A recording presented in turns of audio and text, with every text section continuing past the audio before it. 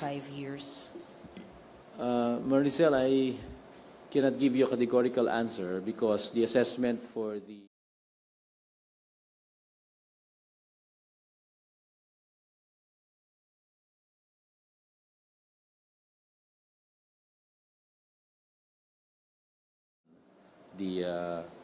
period of martial law, which by law is specified at 60 days.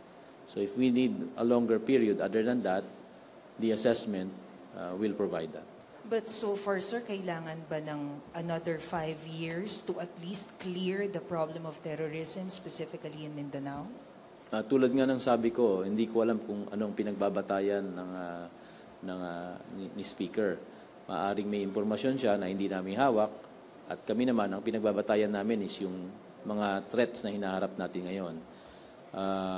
And the period is something that will be subjective.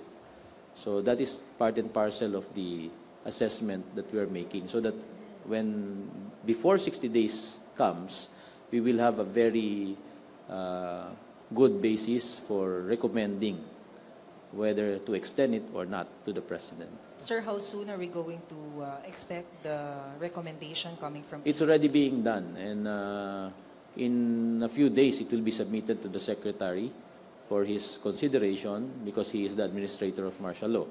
And that recommendation will make its way up to the Commander-in-Chief, who will be provided an advance copy. Okay, JP Bencito?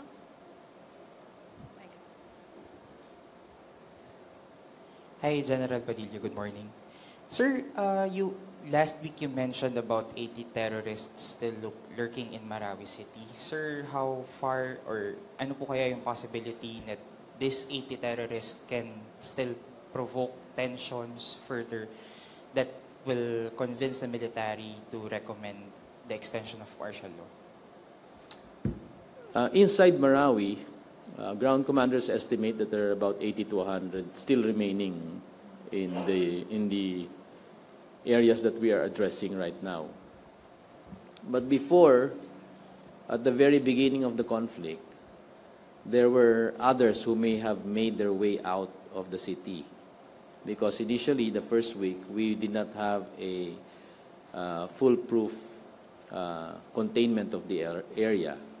And many of these who have escaped still pose a threat to some of the nearby areas. And that is why we have instituted appropriate security measures to guard against the threat that may come from these individuals. They are not groups anymore. They are just individuals or small groups. But still, the threat that they pose is clear and present. And that is why it is good to hear that in the last few weeks, especially with the capture of a young bomber, Abu Hadid, if I'm not mistaken, in Cagayan de Oro, as well as the recent search that was conducted and the arrest of a number of women who were staying in this house in Cagayan de Oro, the threat that may be posed, particularly for the cities of Iligan and Cagayan de Oro, have been addressed through those arrests and the confiscation of materials that can be used for IEDs in the houses that were searched by our joint elements from Cagayan de Oro under General Benjamin Madrigal and the police chief there. So these are part and parcel of the proactive security measures that are in place in all the cities of Mindanao and in other areas outside of Mindanao that need to be continuously followed through with renewed effort. And the renewed effort is the encouragement of every member of the community to be part and parcel of the security posture of the whole archipelago. Yun yung sinasabi kanina po ni Asek Marie na dapat ang bawat mamamayan dapat nagiging kabahagi ng tinatawag na konsepto ng shared responsibility sa security.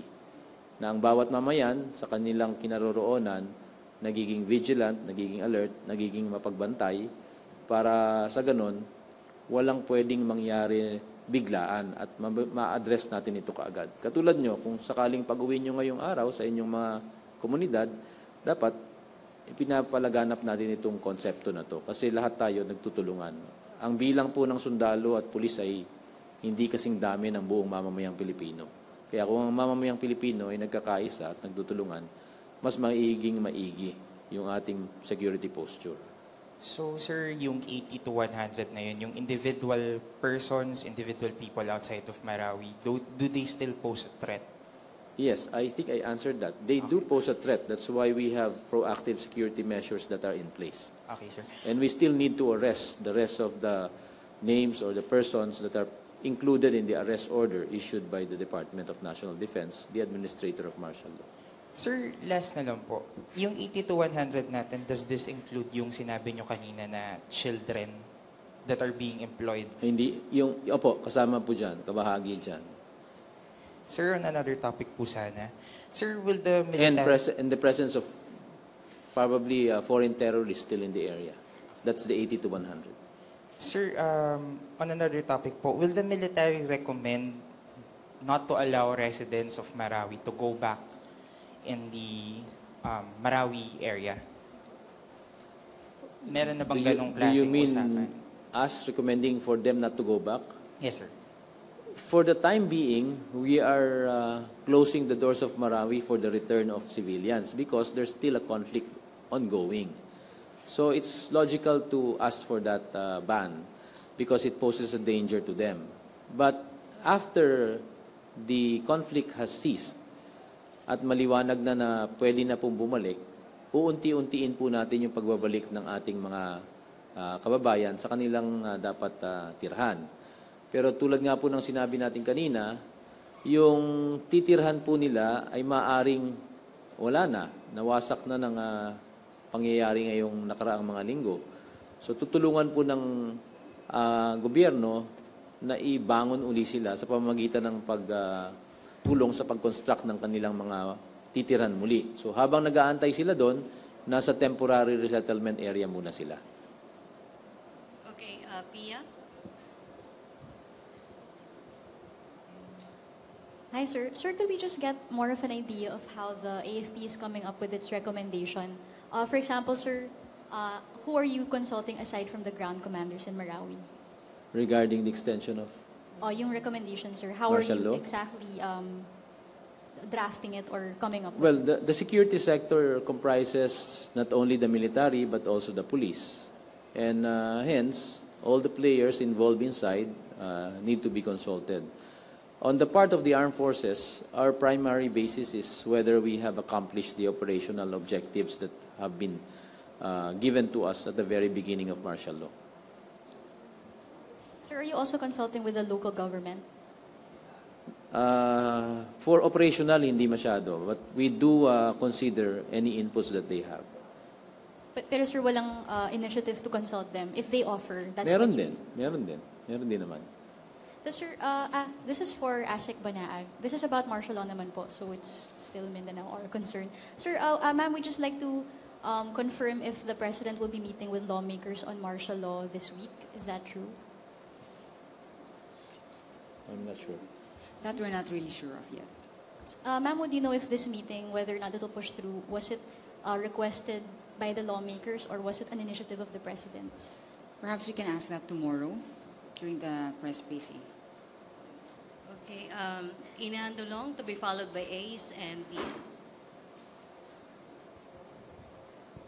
Good morning. General Padilla, I understand nung Friday, some security officials again met with the ground commanders. Can you tell us what they discussed? I believe nasabi daw po ni Secretary Lorenzana that posibleng matapos na raw in just a week. Is that an instruction that he maybe gave to ground commanders that para matupad po yun? I'm not sure if the Secretary mentioned that because even before this, he already admitted that there were 3 occasions that he was quoted as giving deadlines. But unfortunately, those deadlines have not been met because of the complexity of the battle area. I don't think he will have done that. The ground commanders have been provided the guidance to finish this as soon as they can. But it does not set a specific date. But in that same press concern na binabanggitin nyo, although he did say na 3 beses siya nakuryente, yun yung term na ginamit niya, he said that he wants it finished naman daw before SONA. Yes. So, The Secretary has expressed his desire to have this concluded immediately and if possible within the week. But it was just an expression of what he wants personally. But as official guidance, he has given the ground commanders the leeway. Our ground commanders are doing all their best. I can assure you that. And our ground commanders from the Joint Task Force Marawi headquarters down to the people fighting on the ground only have one common objective, which is to finish this fight as soon as possible. Sir, dun sa binanggit po ninyo na early recovery stage, just a clarification, Yes. does that only pertain to efforts to start building the temporary shelters? And kasama na rin po ba doon yung damage assessment? Does this mean that we are able to send people inside to start assessing how much damage to infra has been made? The early recovery primarily covers the preparation of the temporary resettlement area for now.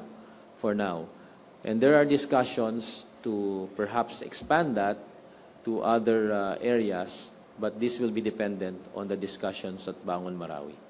So the Interagency Task Force is currently doing their homework so that when the go signal is provided, they can lean forward to execute the plan of full recovery and rehabilitation.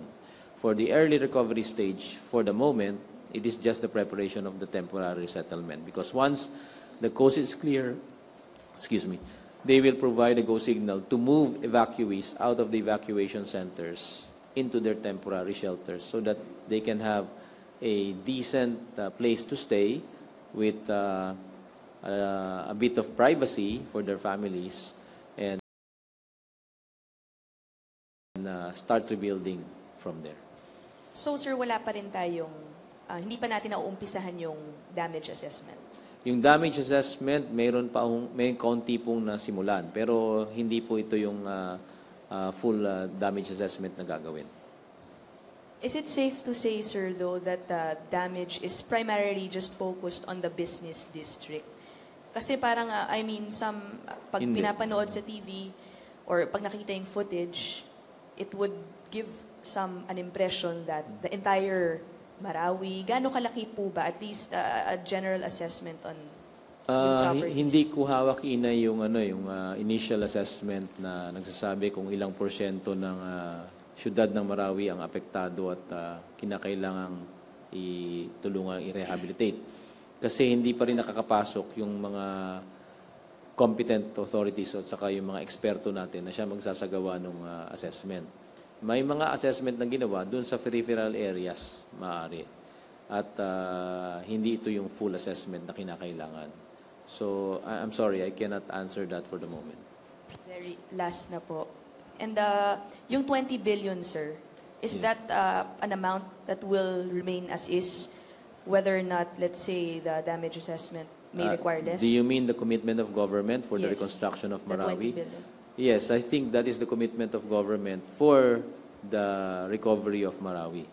But as to how much will be entailed or will that be enough, I am not the expert who can answer that. Thank you, sir. Okay, Ace. General, i-press lang kita dun sa 5-year extension. Yes. mo po. So you're saying you're not yet sure if you have, regarding your stand on that matter? Yes, the armed forces, actually 5 years may be too long for the moment. The armed forces, before it makes its recommendation to the commander-in-chief, must have enough basis, an intelligent basis to make whatever recommendations there is for the extension or the lifting. Now, as I was saying, we are sticking to some mission profiles that we were provided at the very beginning of martial law. Yun yung operational considerations na sinasabi ko. Karamihan ng atin, yung ating ginagawang assessment ay malaking bahagi dyan, dependent kung nagawa na ba natin yung mga operational objectives na yon. So, dun po tayo umiikot ngayon sa ating assessment, bukod sa mga ibang konsiderasyon. So, kung ano man po ang lalabas dun sa pag-aaral at assessment na ginagawa natin, batay po sa mga sinabi nating references at iba pa pong kinakailangang i-consider ang inputs, yun po ang magiging batayan. Ngayon, yung haba ng panahon, kung gaano katagal natin dapat i-extend ang martial law ay magiging parte na rin ng assessment na yon. Pero tulad nga po na nabanggit ko, sa panig ng Armed Forces, ang mga katanungan dyan ay magre-revolve dun sa operational considerations na ibinigay sa atin noong nagsimula po tayo ng martial law. Paki-elaborate nga, General, bakit tulong yung 5 years? Una, katulad ng sabi ko, hindi ko alam kung ano yung nagiging batayan ng ating speaker kasi isang political decision ng martial law. Magre-recommenda lang ang ating Department of National Defense or ang Armed Forces, pero ang eventual decision ay kinakailangan manggaling sa political leadership na mayroong mas malawak na pinag-iisipang pinagbabatayan ng kanilang desisyon.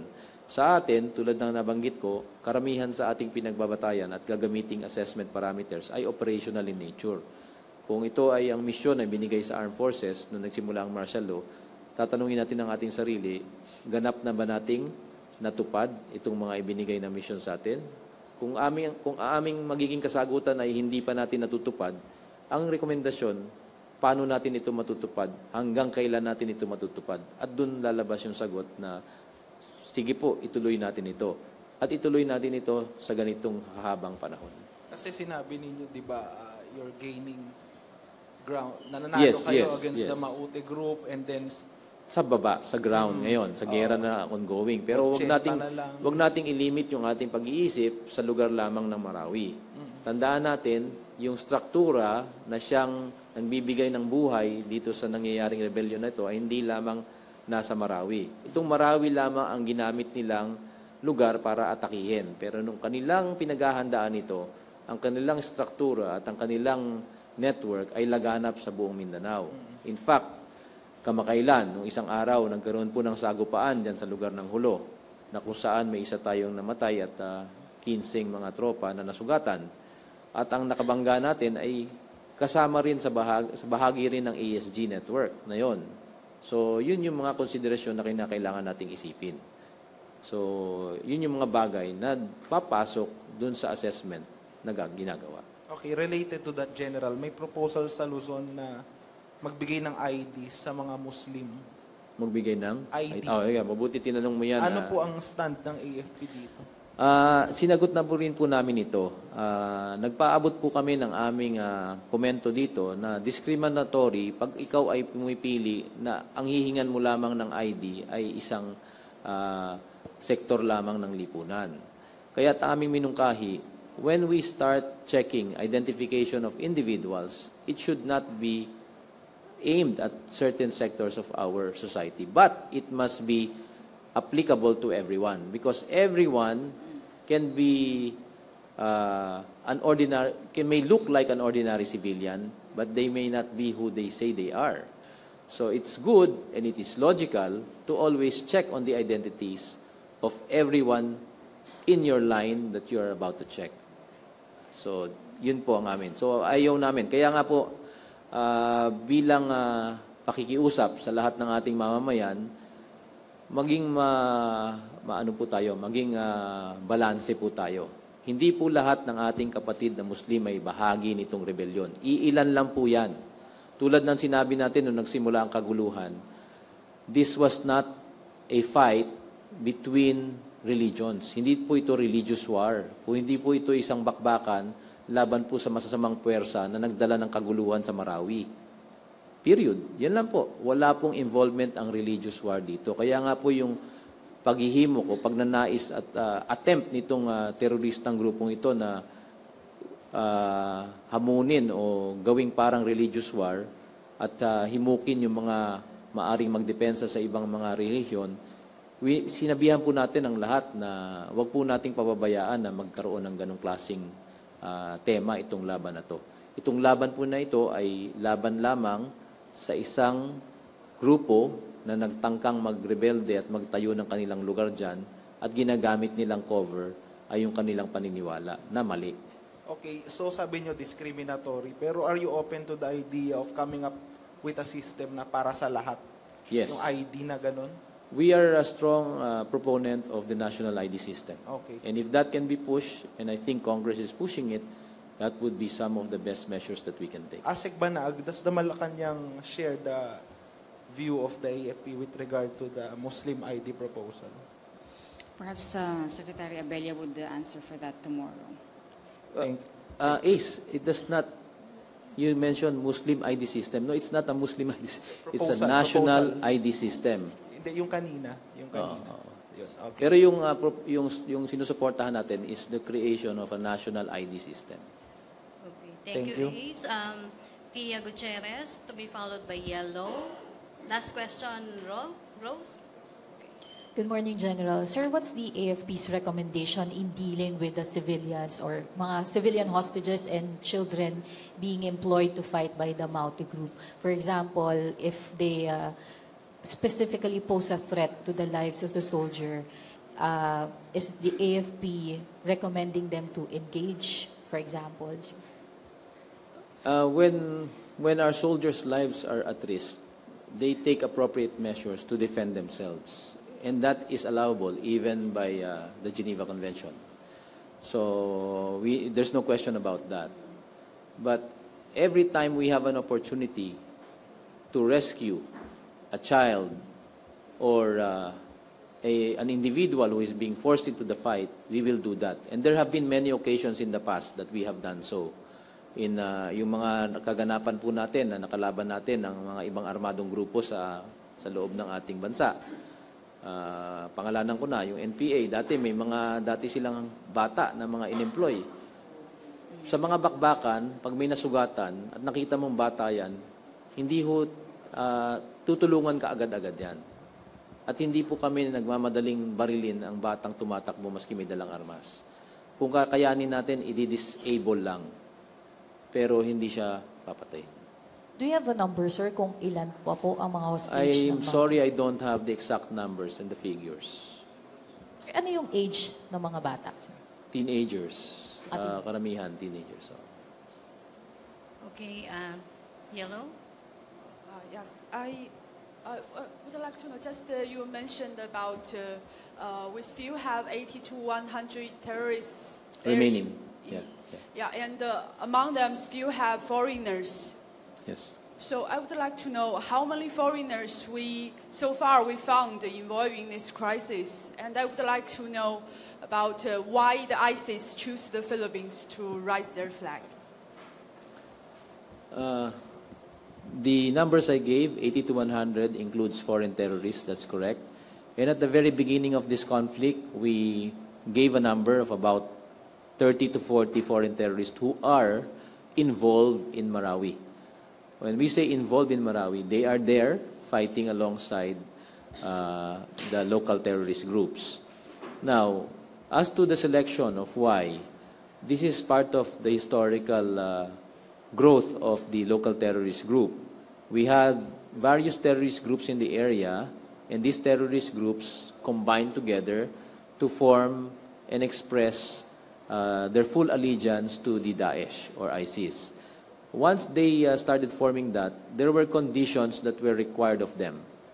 And among the conditions that were required of them is to set up shop or occupy a territory that they can administer. And that was exactly what they wanted to do in Marawi. So that was it. Now, because of the notoriety that they gained or the news that came out in international press and their linkage that they tried to establish with the Daesh, this narrative started growing and becoming significant, such that when the ISIS at its height, or the Daesh in the Middle East, was still very strong, they considered this group in the Philippines as an entity that they acknowledge. Not yet fully working with, but now they're trying to establish that. But I doubt it if they can do that because we're addressing this issue. And also, like the news that you heard yesterday, the Iraq government has declared Mosul as taken, even with small pockets of resistance still remaining. But it significantly indicates that Daesh's days are numbered. Last question, Rose? Hi sir, good morning. Sir, regarding lang po dun sa mga hostages na mga bata na ginagamit po ng Maute, meron din po kasi lumabas na report na mayroong Maute child warrior na na-interview and ginamit din silang mag-stockpile. Hindi po ba confusing na o baka man original member na ito ng Maute group at hindi mga hostages ng teroristang grupo? Tulad ng binanggit ko noon, Rose, di ba, nailahad na rin natin na sa mga dati nating naging bakbakan, nakakuha tayo ng ebidensya na pictures, videos at materyales na nagsasabi na talagang nagtitrain sila ng kabataan. So itong mga minors na ito ay maaaring kamag-anak nila o mismong anak ng mga ibang miyembro ng grupong ito. Dito sa Marawi, may mga indikasyon at may mga nakikita na ganitong pangyayari. Yun ang ating nire-report. At maaring ang mga nakasama dyan ay bukod dun sa mga na-train na dati na sa ibang lugar, maaring sinama rin dyan yung ilan. So yun yung ating pinagbabasihan. Pero hindi natin masasabi kung maaring ibang hostages na mga minors ay pinipwersa rin nila. Regarding naman po dun sa martial law, sir, kasama po ba sa recommendation ninyo, kasi nabanggit nyo po kanina, nababatay po sa recommendation nyo po yung na-accomplish ng military and police under operational procedures. Pwede nyo po ba kaming bigyan kung ano po yung mga major accomplishments ng military under martial law sa loob ng 7 linggo?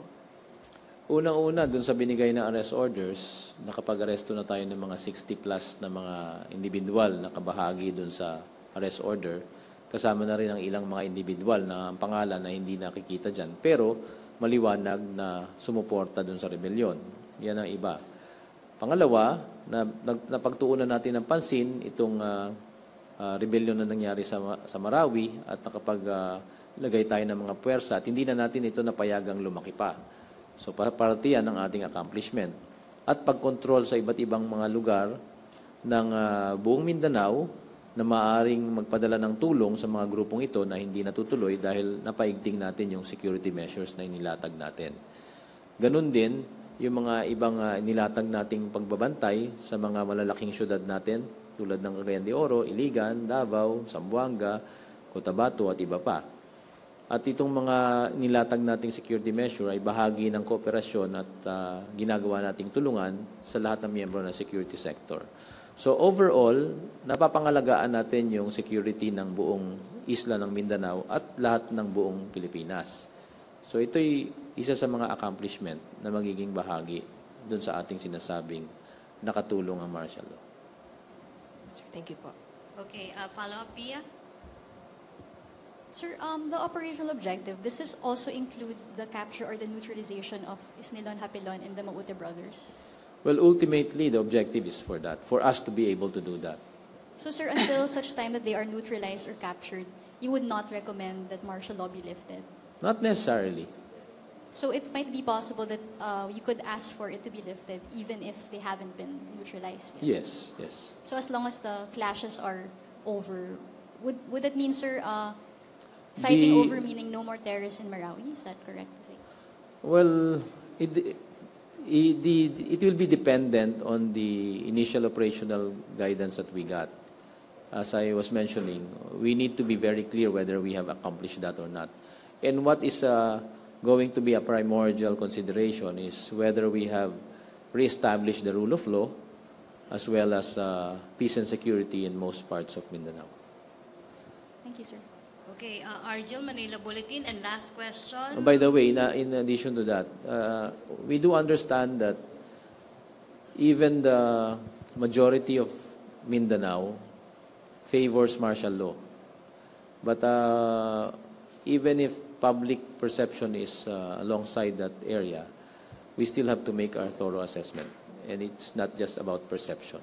It's actually about the facts on the ground. Okay, Argel, Manila Bulletin. Sir, good morning po. Sir, reaction niyo lang po dun sa report po na lumabas, citing a former government official saying na understatement daw po yung civilian death toll ng AFP when pwede daw, it could have breached around 2,000 civilian casualties since May 23. Come again? Underestimate Understatement daw po. Understated lang yung civilian casualties? Yes po. Ang sabi po dito is, the civilian death toll in Marawi since May 23 could have breached 2,000. And do you know the source? No, sir. Anonymous po. Anonymous. Okay. So many accusations can be hurled. And that's why there's a call for us to be very judicious about what we believe in, to be very discerning. Kaya madaming pwedeng mag-akusa. Ngayon, isa rin sa sinasabi natin, hindi kami nagdadagdag ng casualties hanggat hindi namin sigurado. Kaya ngayon 39, maingat kami na nagdadagdag hanggat hindi namin alam kung sino talaga ito at kasi maaring maging sino mang nakuha mong kadaber mga dating terorista na nakipaglaban. So hanggat hindi kami nagkakaroon ng mainam na pruweba, saka lang kami nagdadagdag. Thank you, sir. Okay, last question. Marisa Lalini, TV5. Sir, quick question lang. I understand po over the weekend may lumabas uli na mga photos of alleged terrorists na kumuha uli ng selfie in Marawi. Identified na po ba kung sino-sino tong mga to? Well, those are materials that were recovered by our troops. Mga iniwan ng cellphone, USB, electronic devices na na-recover nung sinuri itong mga to. So, maaring mga kinuha yan noong mga unang linggo pa, nung medyo nakakangiti pa sila. Pero ewan ko ngayon kung nakakangiti pa sila. So, possible na yung iba sa kanila, sir, kasama dun sa casualties? Maaari. Okay, thank you, sir. Okay, thank you, Brigadier General Restituto Padilla. Thank you very much. Banaag. Ay, meron palang Yes, dagdag na report. we still have the status of cash donations before we end. As of 10 a.m. of today, July 10, 2017, for the AFP Marawi casualties at 3,223,490.98 pesos. And for the Marawi internally displaced persons at 765,727.21 centavos. On top of that is that received from Philippine Airlines Foundation last Friday in check at 2 million pesos. And of course, for contact persons, for those donations, it would be flashed. It's flashed on the screens. Thank you so much. May I also make an announcement? In the absence of the presidential spokesman, Secretary Abella, I have been requested to make an announcement because there will be a slight change in the schedule of the Mindanao update or the Mindanao Hour. We will be doing the Mindanao Hour every Monday and Friday only. And we shall be issuing statements in between. So the statements will be provided to you on a Tuesday, Wednesday, and Thursday, and there will be reports on Mondays and Fridays. For Fridays, we wish to devote this to the Interagency Task Force Bangon Marawi. So as they make their way and concretize their plans as we transition to early recovery, rehabilitation, you need to hear more about the efforts of the Interagency Bangon Marawi. So that is why we will try to slowly phase in Interagency Task Force Bangon Marawi for these reports, Okay. as well as other issues. Okay, thank you, Brigadier General Restituto Padilla. Thank you, Sec. Marie Banaag. Thank you, Malacañang Rocky. Press Corps. Back to our main studio sa Radyo Pilipinas and PTV. Happy birthday, Thank you. Director Dennis Ting. You're invited to